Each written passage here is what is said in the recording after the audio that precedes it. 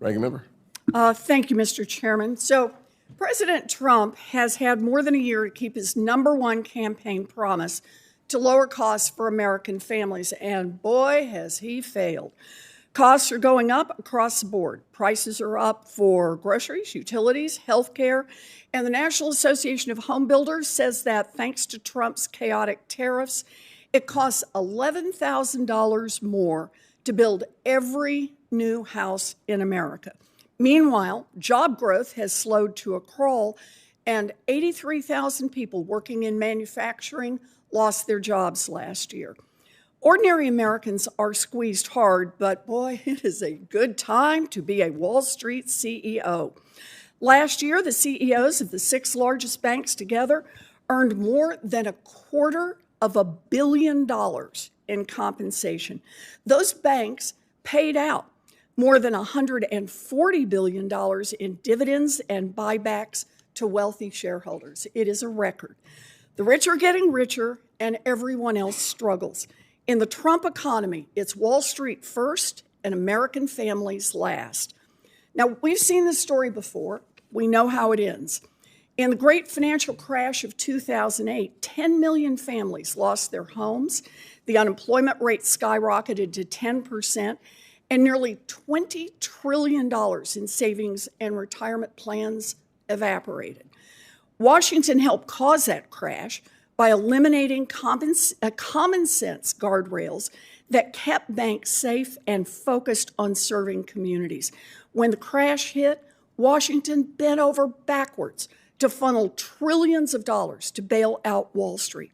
Wall Street executives who deserved handcuffs were instead rewarded with golden parachutes. It was brutal capitalism for families on Main Street, socialism for billionaires on Wall Street. The memories of a family being thrown out of its home because of a predatory mortgage, or of a 70-year-old grandmother coming out of retirement to work at Walmart because her pension vanished, did not fade. But Wall Street lobbyists and piles of campaign cash have worked hard to erase them. Now they have their champion in the White House, and he has assembled a team of Wall Street first regulators. Take the Federal Reserve Vice Chair for Supervision, Michelle Bowman. President Trump appointed her to the Fed during his first term. She helped deregulate Silicon Valley Bank and other large banks. And a few years later, those same banks failed, the second, third, and fourth largest bank failures in U.S. history. And was Ms. Bowman held accountable? Nope. President Trump gave her a promotion. Now she and Trump's other regulators are implementing Wall Street's wish list. And at the top of the list, weakening capital rules, including stress testing. Banks love debt. They want to make their bets using other people's money, so depositors and taxpayers are left holding the bag if things blow up. Capital rules require banks to fund loans and investments with some of their own money so that they have skin in the game in those decisions.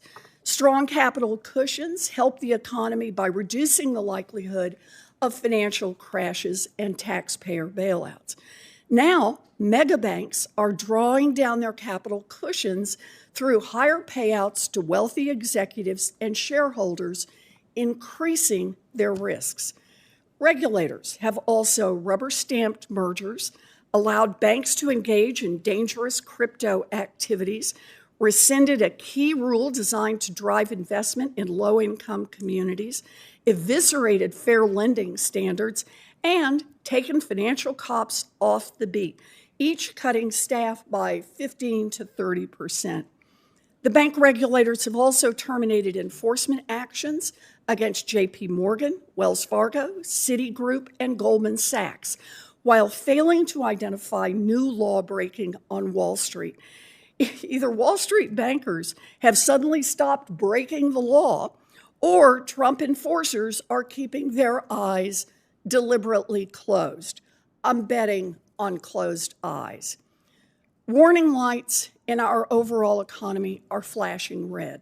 President Trump is bringing the next great financial crisis closer into view, yet his regulators seem determined to serve only Donald Trump and his billionaire buddies. Thank you, Mr. Chairman.